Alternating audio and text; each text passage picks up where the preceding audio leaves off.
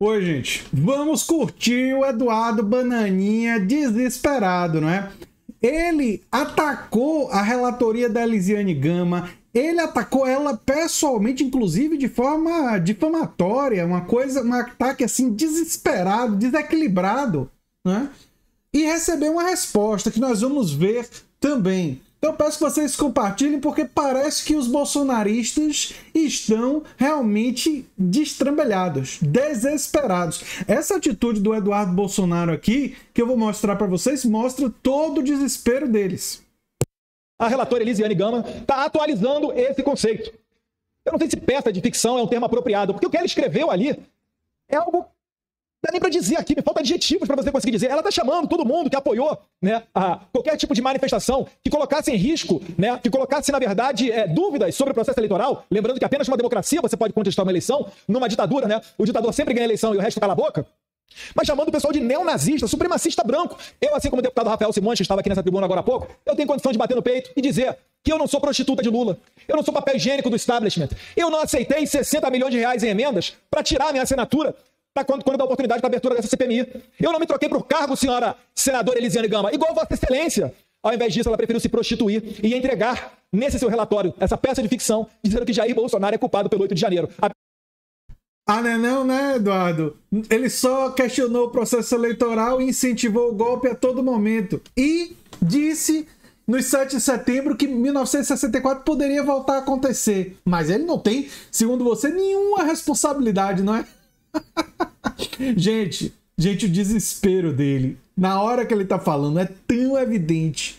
Tá começando a sentir que o patriarca da família dele vai pra cadeia. E ele pode ser o próximo, quer dizer que as investigações podem chegar nele também. Então o desespero dele não é só em relação ao pai, mas é em relação a todo o entorno, inclusive porque muitos dos crimes envolvendo dinheiro público, rachadinha...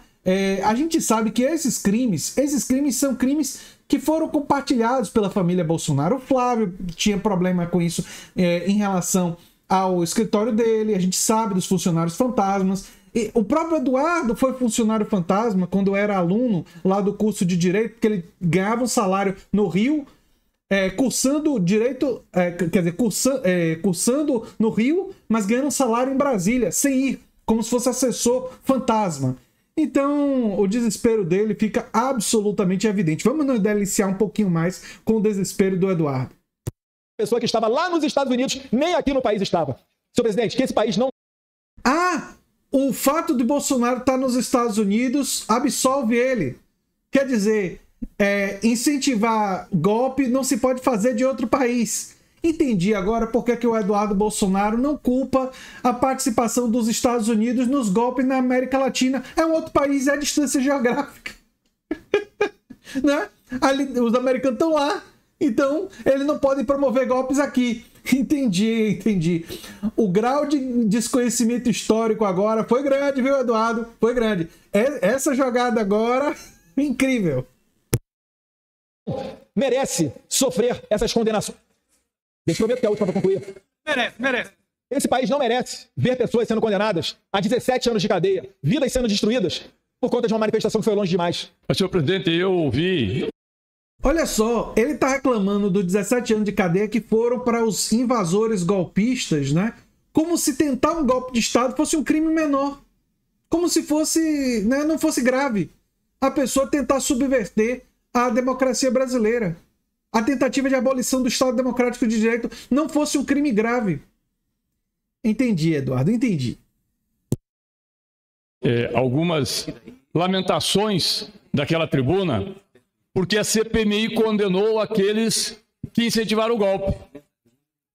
Pediram a CPI desesperadamente. Desde o primeiro dia que eu cheguei a essa casa, o que mais se falava é assim na CPI. Pediram a CPI, não fomos nós da base do governo que pediu a CPI do 8 de janeiro.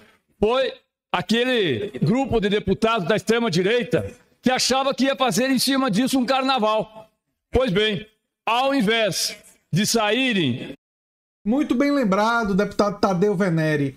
Foi a extrema-direita que queria a CPI para poder tentar usar ela para atacar o governo Lula. Mas aí a CPMI mostrou a verdade, os golpistas, Estavam todos lá no governo Bolsonaro, os generais que participaram, o próprio Bolsonaro, todas as declarações de Bolsonaro foram lembradas, conseguimos agora a delação do Mauro Cid acusando o Bolsonaro, lembrando inclusive que Bolsonaro teve uma reunião querendo o golpe, tentando convencer os líderes das Forças Armadas ao golpe. Isso está na delação premiada do Mauro Cid. Tem também a minuta do golpe no celular do Mauro Cid. A minuta não, ali era o GLO do golpe, né? Ali era o relatório, uma tentativa mais elaborada do golpe. A minuta estava na casa do Anderson Torres. Mas enfim, muitas provas foram levantadas. E aí eles não gostaram do resultado. Deram um verdadeiro tiro no pé. Um mega tiro no pé. Com tudo que achavam que iam sair, com a condenação, inclusive, do presidente Lula, com a condenação das esquerdas, com a condenação de sei lá o quê, a realidade é que hoje Jair Bolsonaro está sendo indiciado, os generais estão sendo indiciados, nós temos deputada indiciada, e aí reclamam da CPI. Mas reclamam da CPI por que se eles mesmo pediram a CPI? Eu falei dias atrás que é uma atitude esquizofrênica, uma atitude de quem não consegue... Aí eu vou ter que discordar de você, viu, Tadeu? Os esquizofrênicos não merecem ser comparados com os golpistas, porque esquizofrênico e atitudes esquizofrênicas de esquizofrênica é coisa de gente com problemas mentais. Essas pessoas, coitadas, não têm culpa, né? E esse pessoal aí é um pessoal golpista que tá fazendo canalice. Não compare esses golpistas, esses inimigos da democracia, esses neofascistas aos loucos. Aí eu acho que você... comete um pequeno escorregão, mas eu entendo você, eu de vez em quando também cometi esse tipo de escorregão, porque eles têm muitos delírios, né? Mas os delírios deles são relacionados a doenças de natureza mais moral e ética, coisas que eles não têm. Olhar a realidade e olhar os seus próprios erros. A extrema-direita sabe que tentou o golpe. A extrema-direita sabe que promoveu, no dia 8 de janeiro, uma tentativa de derrubar legitimamente eleito o presidente Lula. Sabe que fez isso e fez conscientemente. Alguns deputados vão à tribuna e falam do comunismo, falam do socialismo, falam uma bobajarada que não tem tamanho. E normalmente ele fica quieto, porque é tanta besteira que não há por que se responder. Mas hoje não dá. Não dá. Nós ouvimos que a CPMI está condenando os inimigos de Jair Bolsonaro. Pelo amor de Deus, para de chorar. Vocês pediram isso, vocês pediram a CPMI, vocês assinaram, vocês acusaram a base do governo de não querer assinar. E aí depois que assina, depois que sai, aí chora. O choro está só começando, viu, deputado Tadeu Venere? Está só começando. O chororô bolsonarista ainda vai ser muito maior. Mas achava o quê? Que a CPMI já era algo comprado como um produto antecipado que tinha que ter o seu resultado? Parece que as pessoas, ou é muita ingenuidade, ou é muita burrice. Porque nós sabemos como que as CPIs começam, nós não sabemos como elas terminam. E aqueles que pedem a CPI também deveriam saber disso.